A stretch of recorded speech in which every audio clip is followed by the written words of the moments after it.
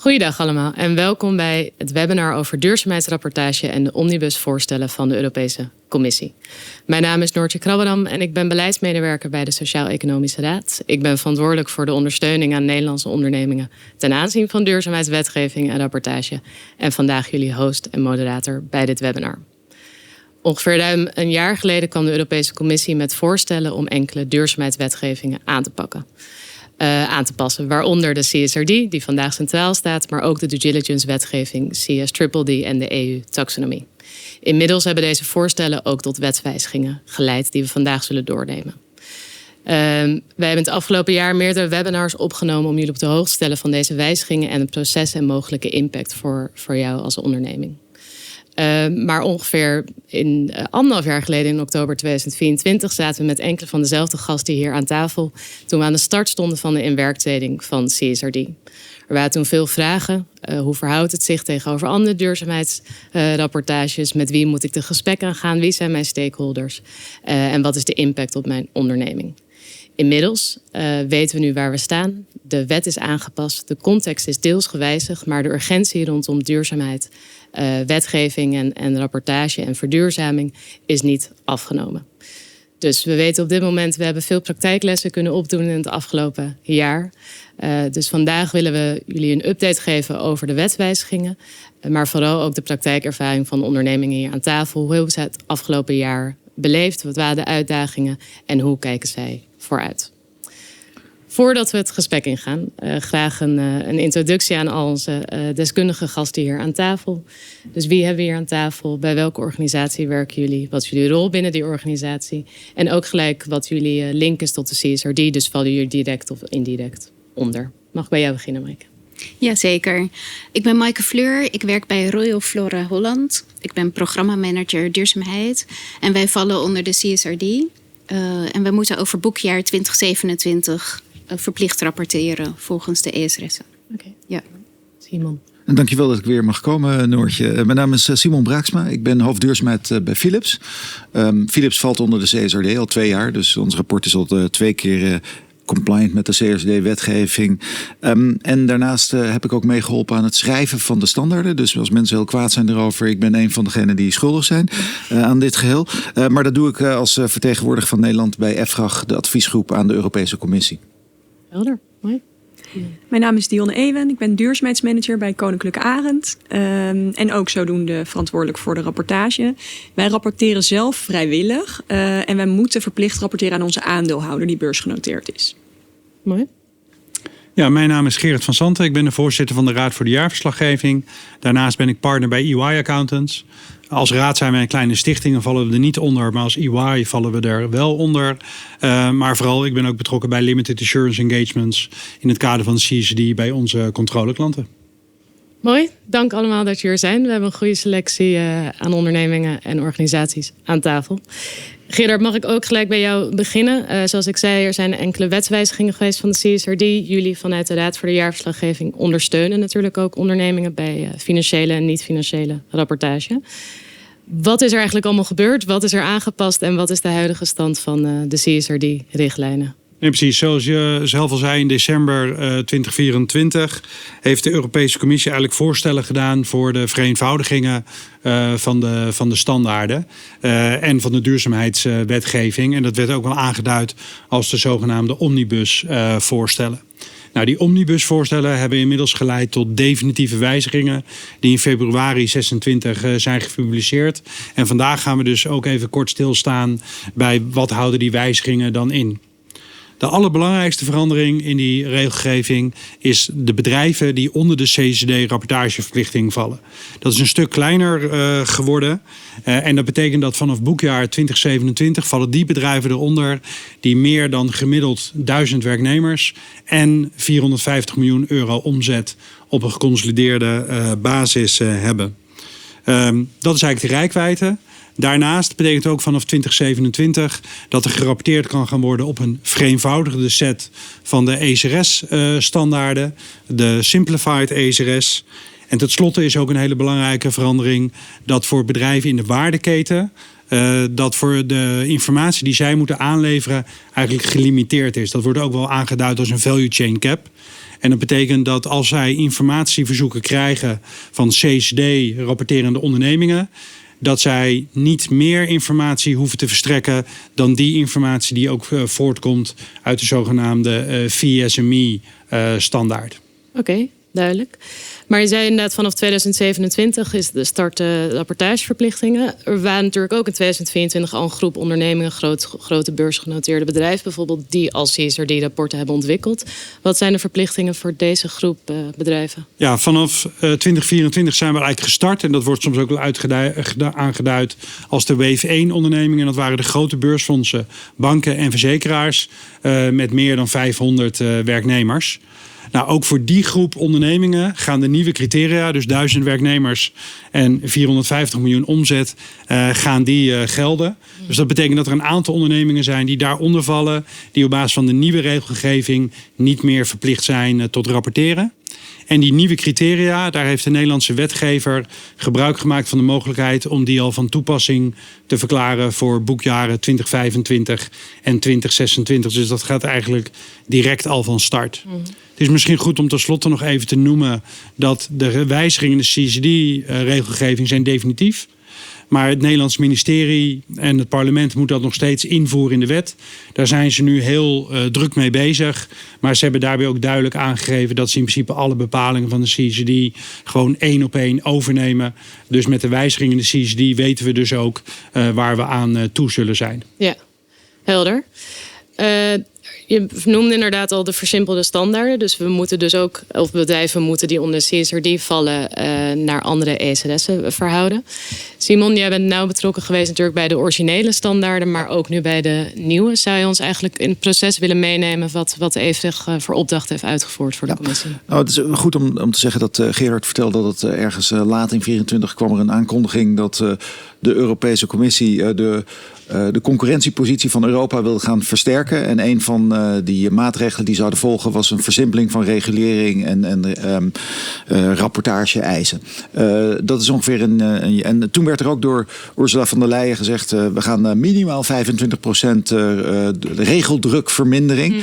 Nou, dat vertaalde zich inderdaad naar een mandaat naar EFRAG toe om opnieuw naar de standaarden te kijken. Nou, de standaarden waren vrij uitgebreid en vooral voor kleinere bedrijven was het best wel veel werk. En best wel complex. Wat EFRAG gevraagd is om vooral naar die versimpeling te kijken. En daarmee zijn we eigenlijk begonnen met hetgene wat de hele rapportage drijft. En dat is je dubbele materialiteitsanalyse. Er was wat misschien complex opgeschreven en er waren bepaalde interpretaties mogelijk. Dat zie je al heel vaak eigenlijk met de invoering van nieuwe wet en regelgeving. Maar sommige bedrijven hadden daar een bepaalde interpretatie van. Anderen hadden, de accountants hadden soms, en ook in Europa zag je daar allerlei verschillen. Dat zie je ook heel goed terug in de verslagen die het eerste jaar zijn gepubliceerd. In sommige landen zijn die enorm dik. En in Nederland valt het eigenlijk best wel mee. In Scandinavië valt het ook wel mee. En het is iets meer een pragmatische aanpak die we daar hebben gevolgd. Dus de DMA is aangepast. Er zaten ook best wel wat duplicaties in de standaarden. En soms ook niet helemaal duidelijk aangegeven waar moet je nou wat opschrijven. En in sommige gevallen leidde dat in landen dat mensen dezelfde informatie 2 of 3 keer in dat verslag. Nou, daar is ook niemand bij gebaat. Dus dat is allemaal verduidelijkt. Er is ook wat meer focus gebracht in de standaarden. En uiteindelijk is er een significante datapuntreductie is gerealiseerd. Dus dat is eigenlijk heel fijn. Wat er daarna ook nog wat er is gebeurd bij EFRAG is dat we kwamen tot de conclusie dat het toch allemaal best wel ingewikkeld is. En dat we dit webinar helpt in het begrijpelijk maken hopelijk van alle activiteiten die bedrijven moeten gaan ondernemen. Maar EFRAG vond ook dat er een knowledge hub gecreëerd moest worden. Nou, die is er. Die wordt ook goed bezocht. En ik moet zelf zeggen, het is ook een heel gebruiksvriendelijke ik zou het niet zeggen als het niet zo is. Hè? Maar het is een goed platform. En dat kunnen we zeker aanraden aan de kijkers. Ook om daar naartoe te gaan. Daar vind je de teksten van de wet. Maar ook bepaalde tools enzovoort.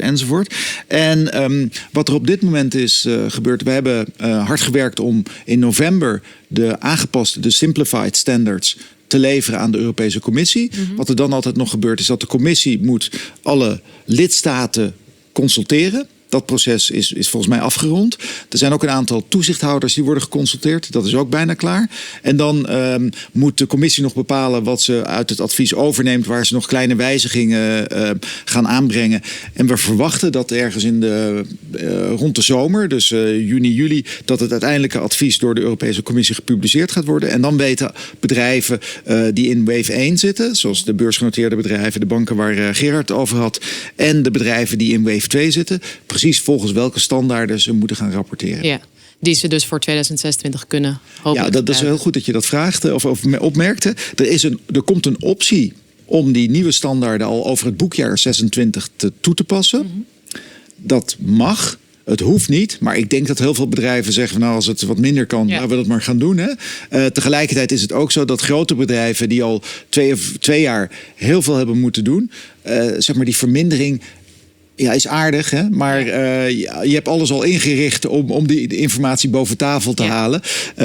Maar ik denk wel dat voor bedrijven zoals Philips, we gaan wel kijken wat is nou niet echt zinvol om te rapporteren en dat uit het 26-verslag te gaan schrappen. Ja, dus een combinatie van allebei de standaarden deels. Ja.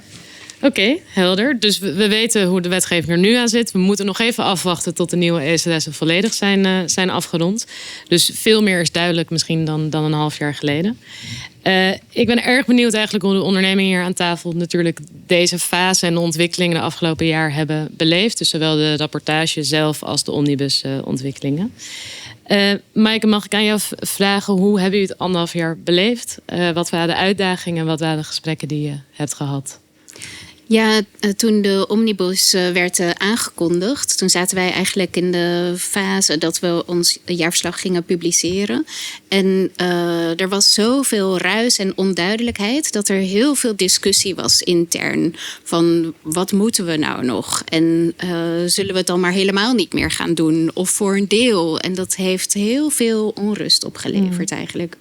Uiteindelijk zijn we toch gewoon doorgegaan met de implementatie van de CSRD. En hebben we ook gewoon over al onze materiële onderwerpen gepubliceerd in het jaarverslag over 2024. Ja. Oké. En dat, om een beetje een gevoel te krijgen, wat waren inderdaad die gesprekken? Was dat inderdaad vanuit pragmatisch? Of is het, we waren er al mee bezig, dus het is de makkelijkste lijn? Of wat waren een beetje de gesprekken die jullie daarover hadden? Ja, we hadden het jaar daarvoor ook al voorbereidingen getroffen. Dus we zaten gewoon op de lijn richting CSRD. En vanuit de directie is toen toch het besluit genomen van we gaan gewoon door op deze richting. En we weten het gewoon nog niet met die omnibus. Dus we gaan toch die kant op. Ja. En het is voor ons een heel handig framework, die CSRD en die ESRS'en. Ook al zit er wat dubbelingen in en is het ingewikkeld. Maar toch geeft het ons heel veel houvast. Ja. Die materialiteitsanalyse is enorm goed, omdat het zo zorgvuldig en gestructureerd. Dus je krijgt ook minder discussie over wat is nou echt belangrijk. Ja. En jullie rapport is dus ook net gepubliceerd. Klopt, ja zeker. En in het verslag over 2025 hebben we onze IRO's nog scherper gesteld. Moet je even uitleggen wat dat zijn? Ja, de impact, risico's en kansen. En in de ESRS wordt aangegeven hoe je dat precies moet formuleren. En we hebben met onze externe accountant daar een paar keer feedback op gekregen. En dan ga je heel scherp formuleren wat exact is de impact die het bedrijf heeft. En wat precies zijn de risico's voor het bedrijf?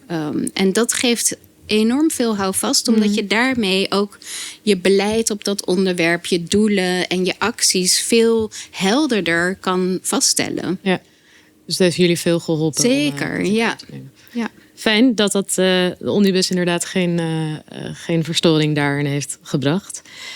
Dionne, voor jou natuurlijk dezelfde vraag. Wat ervaringen zijn geweest? Jullie zijn een ander soort bedrijf, ander soort verplichtingen. Hoe hebben jullie het 1,5 jaar of het 2 jaar aangepakt? Ja, en wij hadden eigenlijk de jaren ervoor hadden we samen met de SER hebben we een pilot gedaan rondom betekenisvolle stakeholderdialoog. En daar hebben we de DMA meegemaakt, dus onze materialiteitsanalyse. En dat was een heel waardevolle exercitie eigenlijk, omdat je in contact echt bent ineens met allemaal stakeholders. Allemaal hele verschillende groepen waren dat. Dus inderdaad, wat jij ook aangeeft, Maaike, het is heel erg goed dat je daardoor scherp hebt, want je hoort uit verschillende hoeken eigenlijk dezelfde dingen. Waardoor je heel scherp krijgt, dit zijn belangrijke onderwerpen voor ons als bedrijf. Dus ook als je niet CSRD-plichtig bent, is die exercitie eigenlijk al heel erg waardevol. En vervolgens voor ons was inderdaad een beetje de vraag van, wat zullen we gaan doen? Wij rapporteren dus vrijwillig eigenlijk, met name omdat we het belangrijk vinden dat we klanten, maar ook andere stakeholders goed kunnen informeren over wat we aan het doen zijn. En ook om zelf te kunnen tracken, zijn we de juiste dingen eigenlijk aan het doen. Dus daar moet het heel erg voor gebruikt worden. Dus wij hadden wel zoiets van, wij gaan er zelf gewoon mee door met het rapporteren. Alleen wij zijn dus niet helemaal in lijn gegaan uiteindelijk met het volledige rapportage. Omdat we het ook niet extern laten controleren. Dus het is echt vrijwillig. Dus wij gebruiken de standaard echt heel erg als, welke onderwerpen zitten erin? Wat is waardevol voor ons? En daar bereiden we ons op voor. En dan breiden we hem eigenlijk elk jaar een beetje uit. Dat is nu onze gedachte erbij. En ondertussen moeten we datapunten dus rapporteren aan onze aandeelhouder. Daar is eigenlijk niet zo heel veel aan veranderd ten opzichte van het jaar daarvoor. Het was ook al duidelijk, dat gaat gewoon door. Dus dat blijven we ook gewoon doen.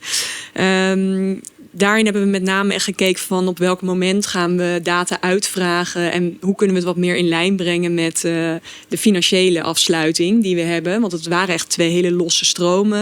En nu hebben we gekeken hoe kunnen we dat toch iets meer parallel trekken met elkaar. Dus daar zijn we afgelopen jaar ook mee bezig geweest. Ja. Dus het klinkt vooral dat jullie inderdaad ook de juiste processen in gang hebben gezet om juist te rapporteren, waardoor het niet elke keer als een volledig nieuwe exercitie aanvoelt. Ja. Zeker.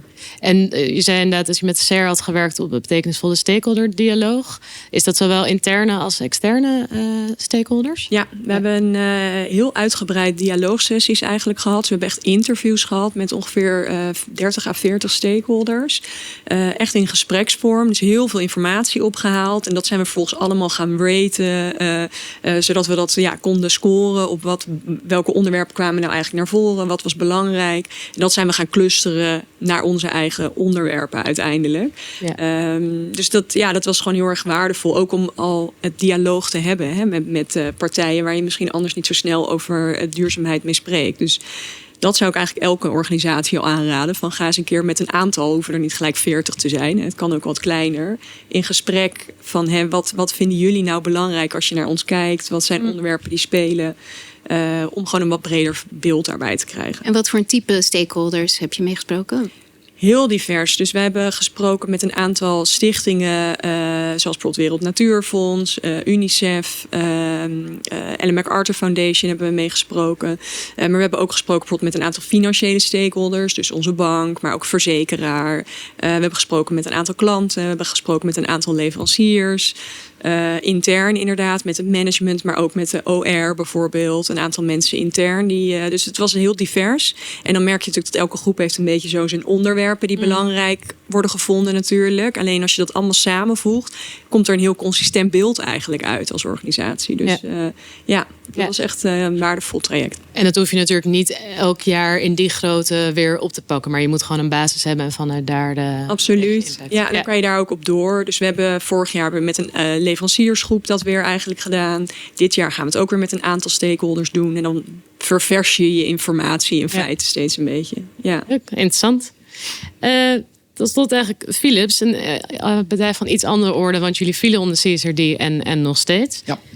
Wat is eigenlijk voor jullie de uitdaging geweest? Zijn je nog koers gewijzigd erdoor? Hoe heb je het afgelopen jaar? Wat we grote bedrijven praten ook een beetje met elkaar. En wij we wisten ook wel wat er ging gebeuren in Brussel. Bedrijven hebben echt heel veel tijd en moeite gestopt om in 24 hun CSRD-compliant rapport op te leveren. En toen wij wisten dat er een omnibus aan zou komen voor het jaar 26, kan je afvragen, ga ik dan in 25 heel veel andere dingen doen? Nou, wat heel veel bedrijven in Nederland, maar ook in Europa hebben gedaan, dat heet een beetje een roll forward. Hè? Dus je hebt min of meer hetzelfde gedaan of gerapporteerd als het jaar daarvoor.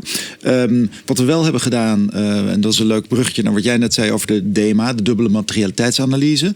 Dat is nu ook verduidelijkt in de Simplified ESRS'en dat je dat niet ieder jaar hoeft te doen. Maar je moet dat doen als er een materiële wijziging is in bijvoorbeeld je concurrentielandschap. Het bedrijf heeft een hele grote acquisitie gedaan. We zijn naar nieuwe markten gegaan. Maar als dat allemaal niet zo is, dan verandert daar ook op zich aan je materiële onderwerpen niet zo heel snel heel veel. Dus we hebben een lichte refresh gedaan van onze dubbele materialiteitsanalyse. We hebben wel gekeken naar onze interne processen. Kunnen we dat beter doen?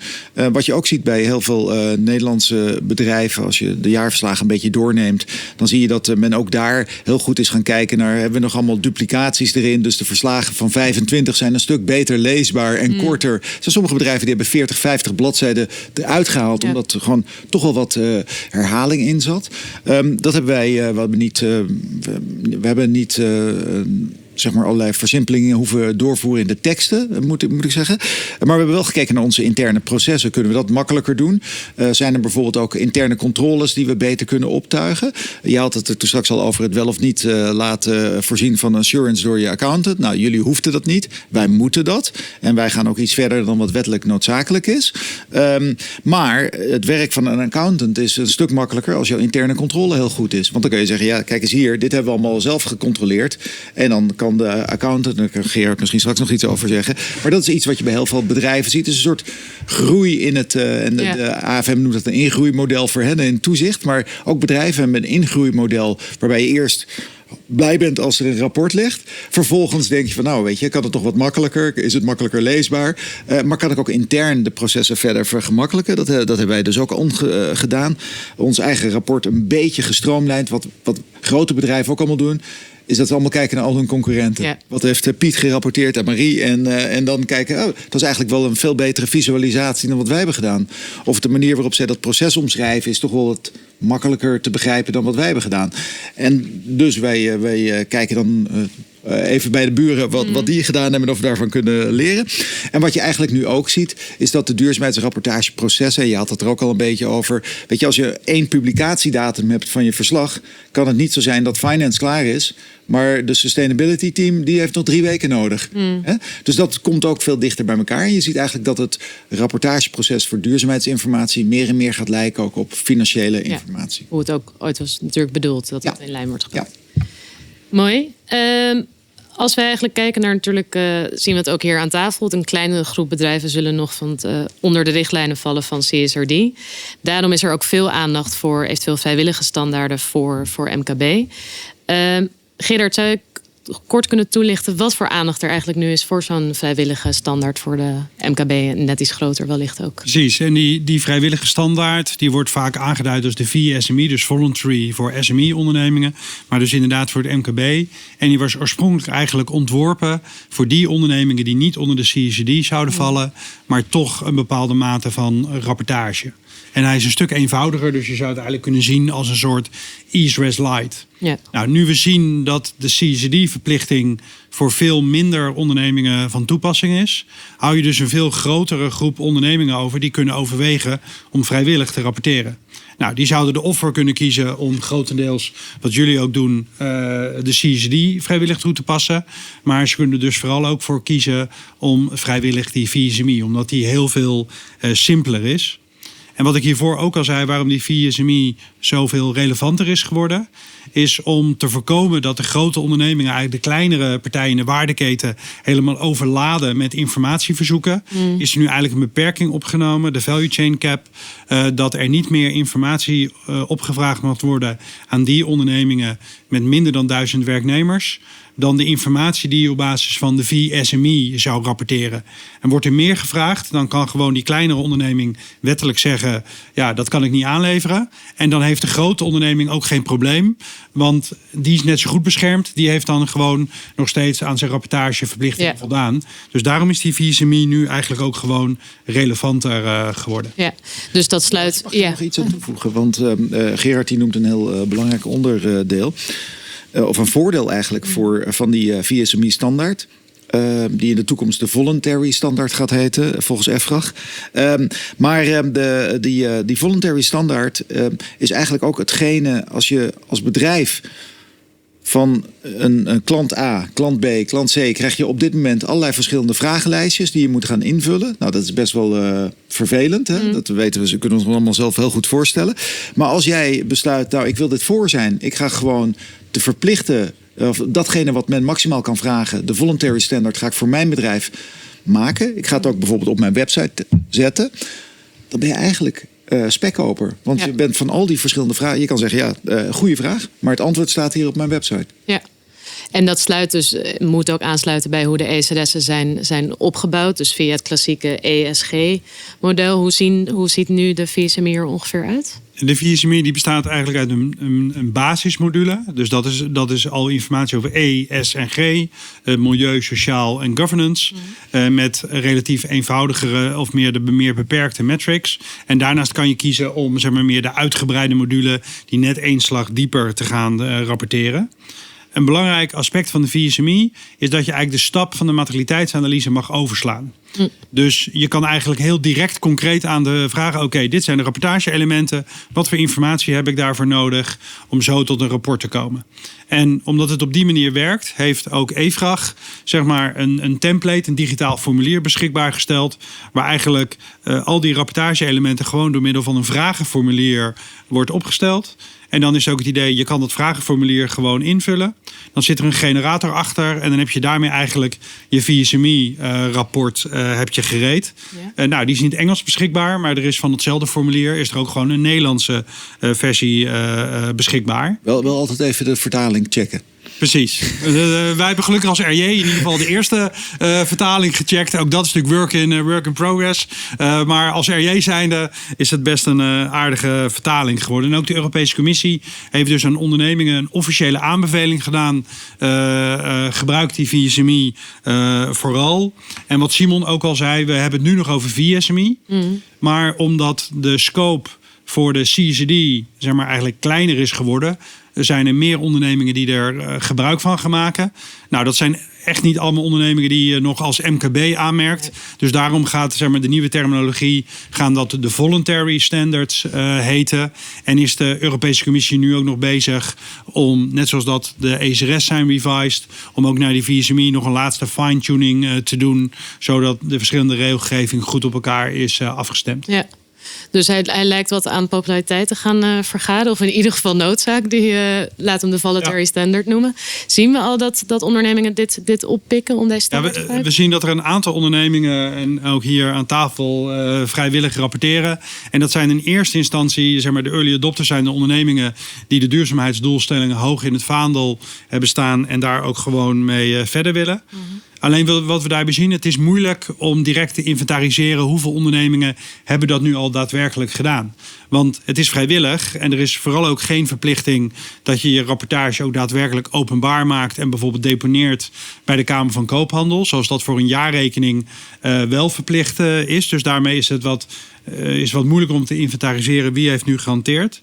En juist om die reden vraagt EFRAG eigenlijk er ook om aan alle ondernemingen die dat wel hebben gedaan, om zowel hun rapportage als ervaringen via de website van EFRAG te delen. Zodat eigenlijk EFRAG ook een database kan opbouwen. Want het is altijd goed om te leren van een ander die bijvoorbeeld in dezelfde sector zit, die dat al een keer gedaan heeft. En ook te leren van de ervaringen. Dus vooral ook een oproep aan de Nederlandse ondernemingen. Als je de moeite hebt gedaan voor de VSMI, laat dat ook zien en stuur je verslag op naar EFRAG. Goeie. Dionne of Maaike, hebben jullie inderdaad ervaringen met VSMI en hoe het zich verhoudt misschien tot de ESRS of in jullie ketenpartij of wat is jullie visie? Ik heb er geen ervaring mee. Ik zie wel een aantal bedrijven die eerder onder de scope van de CSRD vielen en nu niet meer. Dat ze toch doorgaan met de CSRD. Ook omdat die materialiteitsanalyse zo waardevol is en die gesprekken met die stakeholders. En je kan gewoon een deel doen van die ESRS'en. Dat mag gewoon. Ja, zeker. Zelf lijkt het me vrij jammer als je dat niet doet, zo'n materialiteitsanalyse. En Maar goed, dat is voor iedereen anders. Want eigenlijk kunnen we ook een beetje naar een hybride vorm gaan kijken. Zoals jullie hebben gedaan, inderdaad wel een materialiteitsanalyse doen. Die eigenlijk natuurlijk meer bij de ESRS hoorde. Maar misschien niet in de lijn van ESRS. Wat zou inderdaad jouw advies daar zijn? Een beetje, is een combi, wordt dat verwarrend of kan het mooi aansluiten? Nou, ik kan me ook wel voorstellen wat Simon net zei, is dat je ook bedrijven hebt natuurlijk die gewoon kunnen ingroeien. Want je hoeft niet. Dus je kan ook zeggen, ik start met een materialiteitsanalyse. Want dat is naar mijn mening in ieder geval heel erg waardevol om te doen. Ook vanuit dat gesprekperspectief wat ik net aangaf. En dan kan je daarna natuurlijk kijken, op welke onderwerpen kan ik dan gaan rapporteren? En welke data heb ik al? Nou ja, dan start je daarmee en dan bouw je hem eigenlijk verder uit. Dus wij hebben bijvoorbeeld, circulariteit is voor ons een materieel topic. Alleen wij hadden uit verschillende ERP-systemen was het voor ons niet zo heel makkelijk om al die materiaalflows al te rapporteren. Dus wij hebben gezegd, nou dan slaan we dat nog even over. Want we moeten eigenlijk te veel aannames gaan maken om daar een goede rapportage op te maken. En wij willen het vooral gebruiken als stuurinformatie. Dus daar kunnen we dan ook niet op sturen, omdat het zoveel aannames zijn. Dus wij hebben er eigenlijk voor gekozen. En dan starten we gewoon met de onderdelen waarvan we weten, deze data is betrouwbaar. Daar starten we mee en dan bouw je hem gewoon verder uit. Ja. Maar dat zal onder een VSMI misschien ook wel zo kunnen. En bij VSMI, wat jij ook zegt, is eigenlijk die begint met die basismodule. Dat is bijvoorbeeld elektriciteitsverbruik, waterverbruik, waar eigenlijk de gemiddelde onderneming, dat zou dat redelijk makkelijk. Dus dat is iets meer een bottom-up approach. Je begint met een aantal dingen waar de informatie relatief voor de hand ligt. Dan heb je in die uitgebreide modellen, dat is eigenlijk een module is eigenlijk al een stapje dieper. Dan ga je bijvoorbeeld ook kijken van, heb ik nou bepaalde targets op bepaalde aspecten. En ook dat, als je dus nog helemaal niks hebt, is dat een hele goede manier om te starten. Plus wat Simon ook aangaf, dan kan je ook gelijk afdekken als je uitvragen krijgt. Ben je al een stap verder? Wat jullie aangeven dan bijvoorbeeld het uitvoeren van zo'n materialiteitsanalyse. Wat is er nou echt materieel voor mij? Geeft ook heel veel inzicht. Dus het is denk ik om te faciliteren verschillende type ondernemingen die op een verschillende plek staat in het stadium van ontwikkeling. Om die tools te geven om toch gewoon aan de slag te gaan. Ja. Ja, en wat we dus nog willen meegeven inderdaad van de naam gaat waarschijnlijk veranderen. Dus VSMI laat ze los, want het is niet alleen voor MKB. En er mogelijk komen er inderdaad nog wijzigingen op de huidige VSMI. Ik denk dat we wel kunnen inschatten, hele grote veranderingen zullen het niet worden. Het zou altijd inderdaad de basis zijn en een uitgebreide formule daarop. Dus laat je dat niet tegenhouden om mee aan de slag te gaan. We hebben een beetje teruggeblikt. Ik denk dat we nu weten hoe de standaarden eruit zien. Hopelijk wie hier nog wel en niet onder vallen. Dat het vooral een moment is om een beetje vooruit te blikken. Rond de tafel eigenlijk, we starten alweer met 2026 rapportage natuurlijk. Hoe kijken we vooruit? Wat zijn de stappen? Wat zijn de eerste stappen die jullie gaan nemen om over 2026 te beginnen? Mag ik bij jou beginnen? Ja, voor ons wordt 2026 een jaar van verdieping. Stabiel houden en verdieping. Dus beperkte roll-on, noemde je dat, Simon? Maar ook om voor te bereiden op die limited assurance. Due diligence is bij ons verder doorontwikkeld. Ook omdat dat gevraagd wordt in de governance sectie. Flora Holland is een complex bedrijf. Het is een coöperatie. We hebben ongeveer 3000 leden, kwekers. Maar wij zijn ook een bedrijf. Dus we hebben materiële onderwerpen, zowel op het bedrijf, het runnen van het bedrijf, maar ook materiële onderwerpen die bij de kwekers liggen. En dat zijn onderwerpen die eigenlijk moeilijker zijn om daar heel concreet iets mee te doen. Dus wij zetten daar alleen kwalitatieve doelen. Dus dat we samen met de kwekers het gesprek willen aangaan en willen informeren, dialoog en faciliteren. Dus daar blijven we sowieso mee doorgaan. En de onderwerpen die betrekking hebben op het bedrijf, die zijn eigenlijk, ik wil niet zeggen makkelijker, maar die zijn concreter, omdat je daar gewoon een klimaattransitieplan, je kan gewoon meerjaren onderhoudsplan voor je gebouwen en installaties en financiering regelen en dat in gang zetten. Ja. Dat is gewoon ligt veel meer binnen je eigen scope of control. Ja. Dus 2 verschillende strategieën, maar ander soorten impact. Zeker, ja. Oké, ook een mooie uitdaging. Zeker met de complexiteit als een corporatie. Ja. Dionne, je zei het net al een beetje wat jullie inderdaad dit jaar gaan doen. Kan je daar nog wat meer over delen over 2026? Ja, dus wij gebruiken de informatie ook heel erg voor interne verbetering. Dus wij hebben bijvoorbeeld ook een SBTI, Science-Based Targets, doelstelling die goedgekeurd is. Dus we zijn ook bezig met een klimaattransitieplan. Dat hebben we vorig jaar afgerond. En waar wij nu eigenlijk tegenaan lopen is dat we niet zo heel goed kunnen sturen op sommige scope 3 data die we hebben verzameld. Dus we zijn nu eigenlijk bezig dit jaar met het verbeteren van die data. Dus veel meer leveranciers data uitvragen, veel meer informatie, zodat je je data van emissies eigenlijk beter hebt. Waardoor je ook daadwerkelijk beter kan gaan reduceren. Want dat hebben we wel gemerkt. Die duurzaamheidsdata is nog zo erg in beweging. En er wordt natuurlijk veel gebruik gemaakt ook van externe databases. Waar je dan bijvoorbeeld je spend data op kan matchen. Daardoor kan je eigenlijk ook minder goed sturen. Dus het is veel meer aannames, veel vager eigenlijk. Dus daar zijn we nu dit jaar ook wel mee bezig om eigenlijk onze datakwaliteit daarin te verbeteren. Ja. Zodat we beter kunnen gaan sturen. Want dat is uiteindelijk het doel heel erg voor ons. Ja. Ja. Maar dan de afweging, je hoeft niet perfecte data te hebben, want die ga je nooit hebben. Dus een beetje een balans zoeken tussen wanneer kunnen we het, is het waardevol genoeg om te gaan reduceren. Ja, zeker. Ja. En dat kunnen op sommige data al wel. Dus dan weten we, dit is voor onze reductie. Want daar gaat het uiteindelijk om. Het gaat natuurlijk niet om het rapporteren per se. En natuurlijk grote bedrijven moeten dat. Maar uiteindelijk gaat het er natuurlijk om dat we willen verduurzamen. Want dat zou dan het grote doel moeten zijn. Dat is voor ons dus heel erg relevant. Dat we eigenlijk echt kijken van, hoe kunnen we die data op zo'n niveau krijgen dat we ook echt daadwerkelijk weten dat we stappen aan het maken zijn. En dat we dat ook transparant kunnen maken. Oké, mooi. Simon, vanuit jouw ervaring, zowel Philips, maar natuurlijk ook Eefdag. Wat denk je eigenlijk dat de grootste uitdaging misschien worden de komende jaren? Voor dat is een goede vraag. Ik denk dat ik dat in 2 stukken zou willen beantwoorden. 1, de bedrijven die al in scope waren en ook even kijken naar Philips.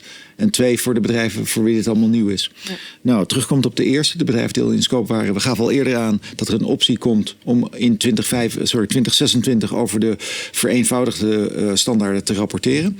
Of bedrijven dat gaan doen, dat is heel erg de vraag. Je kon dit jaar ook al over vereenvoudigde taxonomie-standaarden rapporteren. Hebben ook maar heel weinig bedrijven gedaan. Dus het hangt er een beetje ook vanaf wanneer alles goedgekeurd is en door de commissie heen. Want sommige bedrijven denken misschien als er in augustus, september nieuwe standaarden komen, dat ze denken, dat doen we dan volgend jaar. Laten we nog maar 1 keer doorrollen wat we al hadden.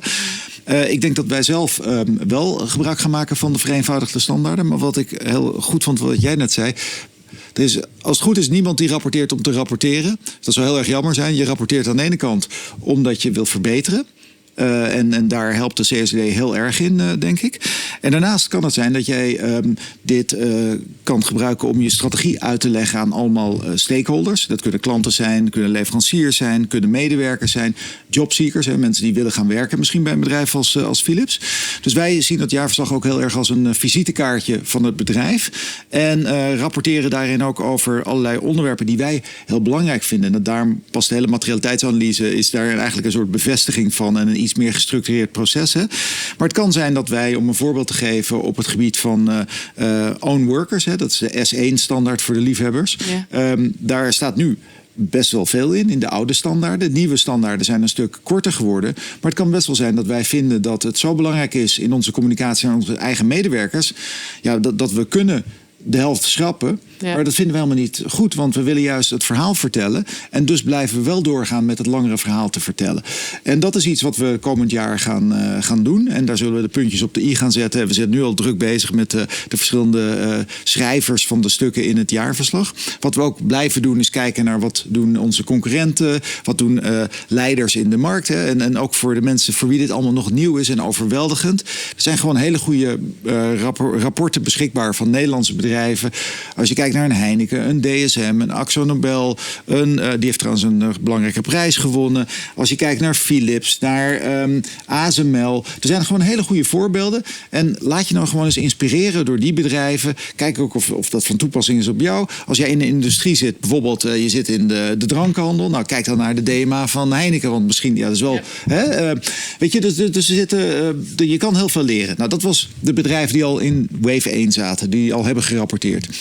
De bedrijven die zo meteen aan de beurt zijn, zoals jij bij Flora Holland en andere bedrijven, die hebben best wel wat voordelen. Want die hebben niet al in ons geval honderden en honderden datapunten moeten opleveren. En in ons geval 853 in het jaarverslag minimale eis.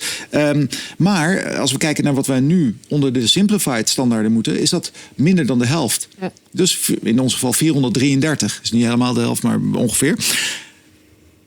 De bedrijven die zo meteen aan de beurt zijn dus, die hebben een veel kortere lijst aan eisen waaraan ze moeten voldoen. Dan kan je weer zeggen later van, nou wacht, ik wil toch iets meer vertellen over circulariteit. Stel dat jij nog maar voor 4 KPI's moet rapporteren, maar je vindt er 6 eigenlijk heel belangrijk. Daar houd je niks tegen om die andere 2 ook te rapporteren. Omdat het je helpt in je verhaal naar je stakeholders te vertellen. Dus dat is eigenlijk het advies. Kijk vooral ook naar wat anderen doen. En weet je, het lijkt misschien, als jij de helft minder datapunten moet gaan rapporteren dan al die bedrijven die in Wave 1 zaten, dat het allemaal meevalt. Ja. Maar het is echt heel veel werk. Dus je moet echt wel op tijd beginnen. En betrek ook vooral de accountant erbij, want dat verhaal hebben we nog niet helemaal verteld. Er moet assurance op komen. Ja. En als je dit nog nooit hebt gedaan, is dat best wel ingewikkeld. Dat is één ding wat duidelijk is. Wou je nog iets op? Ja, nou ja, ik denk vooral die kwantitatieve datapunten zijn heel veel werk. Hè? Want je hebt het over 400 nog wat. Maar dat zijn niet allemaal cijfermatige datapunten. Nee. Dus het is ook heel veel beschrijvingen. Heb je een policy? Precies. Wat staat er in die policy? Ja, en AI kan je daar ook heel goed bij gebruiken. Dus omdat er al veel is gepubliceerd, kan je ook aan chat vragen, wat zou een voorstel zijn voor een beleid op dit onderwerp voor ons bedrijf. Ik ben het helemaal met je eens. Maar, en ook AI kan enorm helpen met het vergelijken van documenten en kijken hoe of wat. Maar vergeet niet dat, net als we toen straks hadden over die taalcheck, hè, het moet nog wel het verhaal zijn van Flora Holland, van Arend, van Philips. En niet van, dit kan eigenlijk wel van ieder bedrijf zijn wat hierop... Zeker, maar verdubbelingen, inderdaad vergelijkingen, dat wat nu allemaal heel menselijk werk is, kan of als je een beleid wil opzetten, wat jij volgens mij ook probeert te zeggen, dan kan je natuurlijk heel goed kijken, wat hebben anderen in een dergelijk beleid staan? Zeker. En wat kan ik daaruit halen? Ja. Ik zou eigenlijk ook, omdat we zijn al hele goede inzichten allemaal gedeeld. Maar tot slot eigenlijk van jullie allemaal een kort advies. Echt vanuit jullie perceptie. Want we hebben hier verschillende invalshoeken. Gerard, mag ik bij jou beginnen? Misschien ook kort nog wat assurance. Dus waar kijkt de externe auditor op? En nog een advies dat ze zou willen meegeven. Op zich sluit dat mooi bij elkaar aan. Wat ik veel heb gehoord is van dat het momentum er nog niet echt is, omdat er was weer nieuwe regelgeving. Het was nog niet definitief. Het was nog niet duidelijk. En nu zou ik eigenlijk zeggen, de CSD is definitief. De revised ESRS is zo goed als definitief. Je weet gewoon waar je aan toe bent. Dus ga er vooral mee aan de slag. En als je voor het eerst moet rapporteren boekjaar 2027. Sommige ondernemingen hebben wel veel ervaring. Anderen moeten best wel van eind komen. Ja, zou ik echt zeggen, wacht niet langer of hou de vaart erin en ga ermee aan de slag. En dat is eigenlijk ook gelijk het bruggetje naar de limited assurance. Dus ga ook aan de slag samen met je accountant. Neem die erin mee. Bespreek vroeg wat moet er nog extra gebeuren om te kunnen voldoen aan de vereisten van limited assurance. Dat is, en je hoeft dat niet in 1 dag te doen. Maar het is een traject tot en met dat je je eerste rapportage, zeg maar begin 2028. Ga ermee aan de slag. Kijk ook naar de accountant. Van welke controls heb je? Van hoe bed je dat in de organisatie? Waar sta je qua datakwaliteit? Neem dat dus vooral mee. En ook voor de ondernemingen die niet binnen de scope vallen, ga dus nadenken van, ben ik al voorbereid? Er zal ongetwijfeld altijd wel een onderneming zijn vanuit jouw waardeketen die wel moet rapporteren. Wat voor informatie gaat hij daar even wel vragen? Dus wat dat betreft is er veel duidelijkheid. Dus ga vooral aan de slag. Ja, duidelijk. Mike, heb jij nog een goed advies voor ons? Ga vooral aan de slag. Ja. Neem dat ter harte. Probeer niet alles tegelijk te doen. Dus focus op de belangrijkste zaken. Materiële onderwerpen, maar ook binnen je materiële onderwerp op de key aspecten. En als duurzaamheidsmanager is het belangrijk om met de inhoudelijke eigenaren te werken. Dus wat we bij Flora Holland hebben gedaan, is elk materieel onderwerp heeft een eigen inhoudelijk onderwerp. Dus bijvoorbeeld klimaatmitigatie van de gebouwen en installaties. Dat ligt echt bij real estate. Dus weet je, het is wel een uitwisseling. En dat helpt enorm om het in de organisatie zelf vaart te geven en eigenaarschap te geven. Ja. Mooi. Ik heb misschien ook nog wel twee tips, denk ik. Ja. Om nog iets concreter te maken wat Maaike zei. We hebben het al heel erg veel gesproken over de dubbele materialiteitsanalyse. En als we 1 tip kunnen geven, en je moet gaan rapporteren over 27... maak alvast je dubbele materialiteitsanalyse in 26. Ja. Doe dat ook samen met, of laat je accountant meekijken. Laat die ook daar een mening over vormen en kom tot een overeenkomst wat volgens jou de dubbele materialiteitselementen zijn. Hè? Dus als bijvoorbeeld circulariteit, wat we toen straks hoorden van Dion, materieel is. Nou, als je dat al weet, dan weet je ook waar je zo meteen over moet gaan rapporteren. Maar als je dat allemaal in 27 moet gaan doen en in juni 27 kom je erachter dat je moet gaan schrijven over circulariteit, dat is nieuw voor je, maar je weet helemaal niet eens hoe je die data bij elkaar moet fietsen, dan is dat echt heel erg ingewikkeld. Dus daar moet je, denk ik, heel erg op tijd mee beginnen. En wat ik denk ook heel belangrijk is voor iedereen die aan het kijken is, zorg ook dat je ondersteuning hebt van jouw senior management. Want als jij de duurzaamheidsmanager bent, bijvoorbeeld, die dit moet gaan doen, en je denkt, nou, dat gaan we eens eventjes mee beginnen. Maar de eerste met wie je gaat spreken, die zegt, nou, ik heb hier even geen tijd voor. Het kan wel leuk zijn dat je dat in een rapport moet goed. Maar het is gewoon niet een prioriteit voor mij. Als jij buy-in hebt van de management. Wij hadden dat in Philips al wel in 2022 hebben we de eerste presentaties aan de Raad van Bestuur gegeven. Ja. Toen kregen we budget, kregen we ondersteuning en van alles en nog wat. En dat is gewoon heel erg belangrijk. Ja. Want het is een wettelijke eis waaraan je moet gaan voldoen. En de consequenties daarvan die zullen allemaal nog wel duidelijk worden als je daar niet aan voldoet. Maar het is gewoon een verplichting die je hebt waar je niet van kan weglopen. Dus begin daar vooral op tijd mee. Helder. Dionne, van jou nog een slotadvies? Ja, ik heb er eigenlijk niet heel erg veel meer aan toe te voegen. Ik denk dat het meeste wel gezegd is. Ik zou inderdaad zeggen, vooral voor de organisaties die dus niet per se hoeven, maar die het vrijwillig doen. Kijk inderdaad naar een aantal onderwerpen. Wat is relevant voor jou als bedrijf? Ik bedoel, het is ook geen rocket science natuurlijk. En ga gewoon kijken waar je mee kan starten. En wij vonden dus de gesprekken die we hebben gevoerd met stakeholders, dat vonden wij gewoon heel erg waardevol. Dus dat zou een mooi startpunt kunnen zijn. Ja. Helder. Ik zelf heb er ook niks meer aan toe te voegen. Dat is mooi. Wel nog tot slot inderdaad. Kijk, duurzaamheidsverslaggeving en dus het verhogen van transparantie op niet-financiële eigenlijk datapunten. Dat zijn de bouwstenen natuurlijk van een duurzame economie. Je moet in kaart hebben waar je financiële risico's liggen, zowel op de ondernemer, maar ook de negatieve en positieve impact die jij hebt op mens, milieu en maatschappij. Dus het brengt je inderdaad ontzettend veel. Het stemt mij ook goed dat volgens mij het tempo geenszins is afgenomen. Jullie hebben je niet laten afleiden. Misschien zitten we met de koplopers aan tafel, maar laat het een inspiratie zijn. En met deze woorden wil ik ook graag het webinar afsluiten. Er zijn veel inzichten gedeeld. Zijn er toch nog vragen? Laat het aan ons weten. Die kunnen gewoon gemaild worden. Wij pakken die allemaal op. Wij hebben ook ons veelgestelde vragendocument samen met de RJ volledig up-to-date gemaakt. Dus daar staat ook alle informatie. Dus dat kunt u ook nog raadplegen.